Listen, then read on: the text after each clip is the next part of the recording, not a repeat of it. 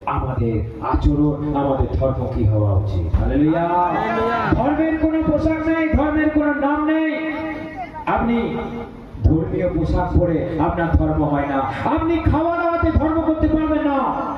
আপনার বিহেভিয়ার, আপনার ক্যারেক্টার, আপনার চরিত্র, আপনার কথাবার্তাতে ধর্ম ফুটে ওঠে। হালেলুয়া। প্রভু যীশু খ্রিস্ট বললেন, আমি তোমার উপরটা দেখি না। আমরা তো ধর্মের পোশাক পরতেই ব্যস্ত।